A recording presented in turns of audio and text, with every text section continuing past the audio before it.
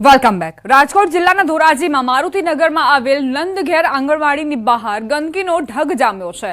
આંગણવાડીમાં નાના બાળકો ભણવા અને રમવા માટે આવતા હોવાથી આંગણવાડીની બહાર રખડતા ઢોરના ગોબરનું જાણે સામ્રાજ્ય જામ્યું હોય તેમ દેખાઈ રહ્યું છે। વાલીઓ પોતાના બાળકોને મૂકવા આવે ત્યારે ગોબરની ગંદકી જોઈ ત્રાહિમામ પુકારી ઉઠે છે। ગંદકીને લઈ રજૂઆત કરાઈ છતાં પણ કામગીરી નથી કરાઈ। જો આ ગંદકીના કારણે બાળકો બીમાર પડશે તો જવાબદારી કોની? આ તમામ બાબતોને લઈ લોકોમાં રોષ ફેલાયો છે।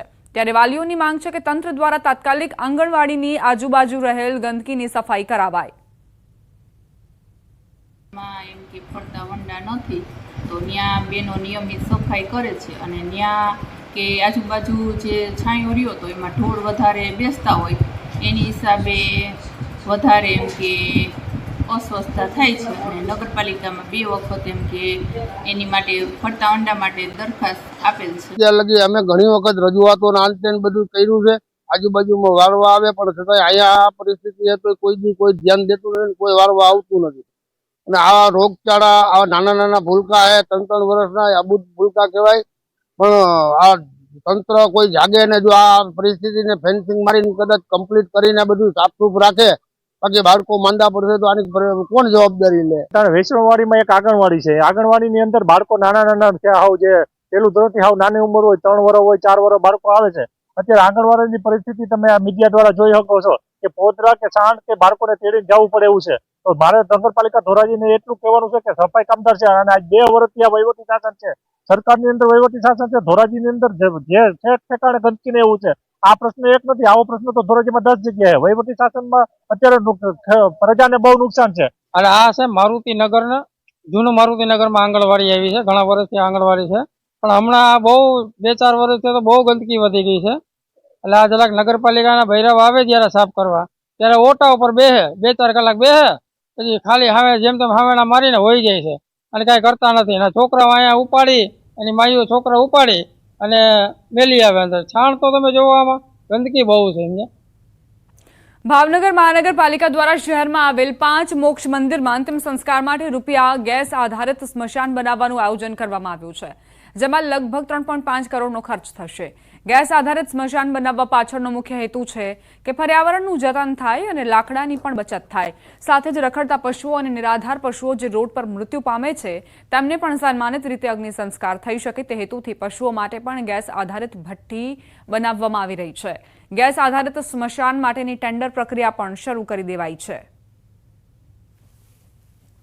પર્યાવરણને રક્ષા થાય તે હેતુ માટે જેટલા સ્મશાન છે એમાંથી અમારું સુભાષનગર સ્મશાન, સિંધુનગર સ્મશાન, નારી સ્મશાન, ચિત્રા જીએડીસી સ્મશાન અને ફૂલસર સ્મશાન આમને ગેસ આધારિત સ્મશાન કરવાનું કામ હાથમાં લીધેલ છે। તેમાં બધા સ્મશાનો પાછળ અમે 3.5 કરોડ રૂપિયા જેટલું ખર્ચ થવાનો છે અને આ તમામ સ્મશાન માટે મંજૂરી મળેલ છે। સમય પ્રમાણે પરિવર્તન આવવું પડે અને ભાવનગરમાં 5 સ્મશાન જે અપગ્રેડ કરવાના છે એમાં ગેસ થી અંતિમ ક્રિયા માટે લોકો આવતા હોય, પોતાના પરિજાન કોઈ અવસાન પામ્યું હોય તો એના ગેસ વડે એની અંતિમ વિધિ થઈ શકે એ માટે અપગ્રેડ કરવાના છે। હું સરકારને અભિનંદન દઉં છું સાથે અને કોંગ્રેસ પક્ષ હંમેશા પોઝિટિવ પોલિટિક્સ કરતી હોય, સારા કાર્ય કરતી હોય તો સરકાર સાથે પણ અમે રહીએ છીએ।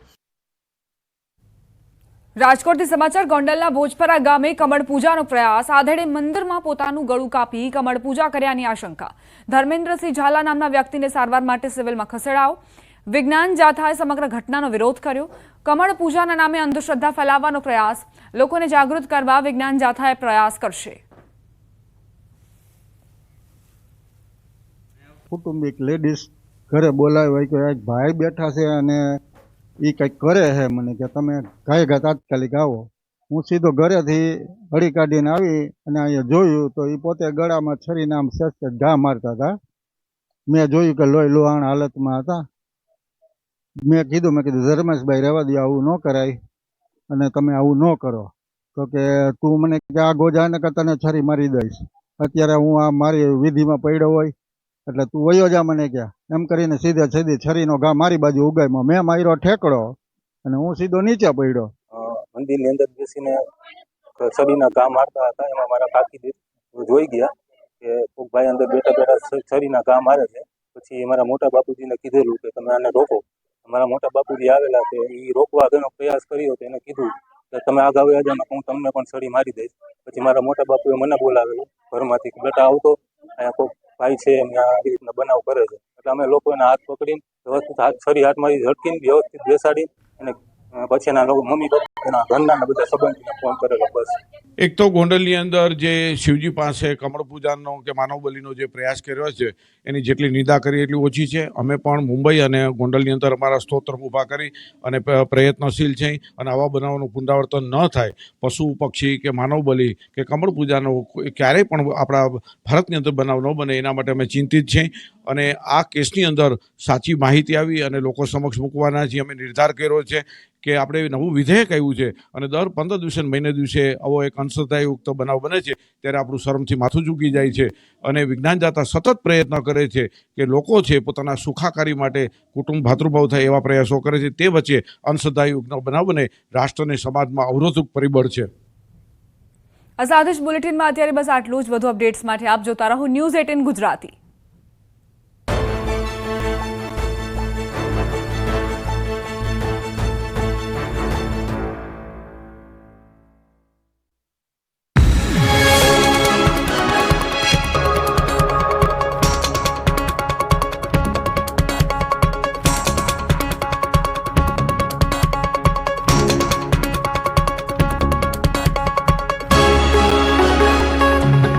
એરટેલ. અમદાવાદની ખ્યાતિ હોસ્પિટલ વિવાદમાં પરિવારને જાણ કર્યા વગર દર્દીઓનું ઓપરેશન કરાયાનો આરોપ. સારવાર દરમિયાન 2 દર્દીના મોત. દર્દીના પરિવારજનોએ હોસ્પિટલમાં હોબાળો મચાવ્યો અને તોડફોડ કરી. કડીના બોરીસણામાં મેડિકલ કેમ્પમાંથી 19 લોકોને સારવાર અર્થે લવાયા હતા. અમદાવાદ ખ્યાતિ હોસ્પિટલમાં ઓપરેશન કાંડ મામલે તપાસનો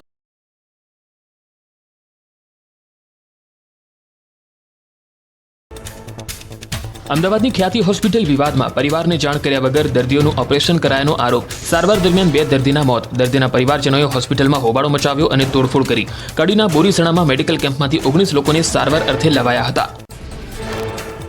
અમદાવાદ ખ્યાતિ હોસ્પિટલમાં ઓપરેશન કાંડ મામલે તપાસનો ધમધમાટ. પોલીસે એડી દાખલ કરી વધુ તપાસ શરૂ કરી. બંને દર્દીઓના મૃતદેહને પોસ્ટમોર્ટમમાં રિપોર્ટ અને તજજ્ઞની સલાહ મુજબ આગળની કાર્યવાહી કરાશે. અમદાવાદની ખ્યાતિ હોસ્પિટલમાં હોબાળા અંગે ગંભીર નોંધ લેવાઈ. આરોગ્ય મંત્રી ઋષિકેશ પટેલે આપ્યા તપાસના આદેશ. કહ્યું પુરાવા મળશે તો જવાબદાર ડોક્ટર અને હોસ્પિટલ તંત્ર સામે લેવાશે પગલાં. પીએમજે યોજનાની એન્ટી ફ્રોડ યુનિટ કરશે તપાસ. ખ્યાતિ હોસ્પિટલમાં આરોગ્ય વિભાગની ટીમે કરી તપાસ. હેલ્થ ઓફિસર ભાવિન સોલંકી સાથે ગાંધીનગર આરોગ્યની ટીમ પણ તપાસમાં જોડાઈ. પુરાવા તેમજ ઓપરેશન પહેલા જાણ કરાઈ હતી કે નહીં તે અંગે કરાઈ તપાસ. ખ્યાતિ જમ્મુ કાશ્મીરમાં સિઝનની પ્રથમ હિમવર્ષા થઈ. પહાડી અને મેદાની વિસ્તારોમાં હિમવર્ષા થતા બદલાયો મોસમનો મિજાજ. બરફની ચાદરના આહલાદક દ્રશ્યો આવ્યા સામે. કાશ્મીર ઘાટીના ગુરેઝ કુપવાડા જિલ્લાના સોનબર્ગ અને લદ્દાખના જોજીલામાં પણ હિમવર્ષા. વાહન વ્યવહાર પૂર્વવત કરવા રસ્તા પર બરફને હટાવવાની કામગીરી તેજ. જમ્મુ કાશ્મીરના પૂંચમાં ભારે હિમવર્ષા થતા અનેક રસ્તાઓ બંધ થયા. રસ્તા પર બરફના થર જામતા લોકોની અવરજવરમાં ભારે હાલાકીનો સામનો કરવો પડ્યો. મુગલ રોડ બરફના મોટા મોટા થર જામતા બંધ કરાયો. જમ્મુ કાશ્મીરના પૂંચમાં ભારે બરફ હિમવર્ષાને કારણે રસ્તા પર બરફની ચાદર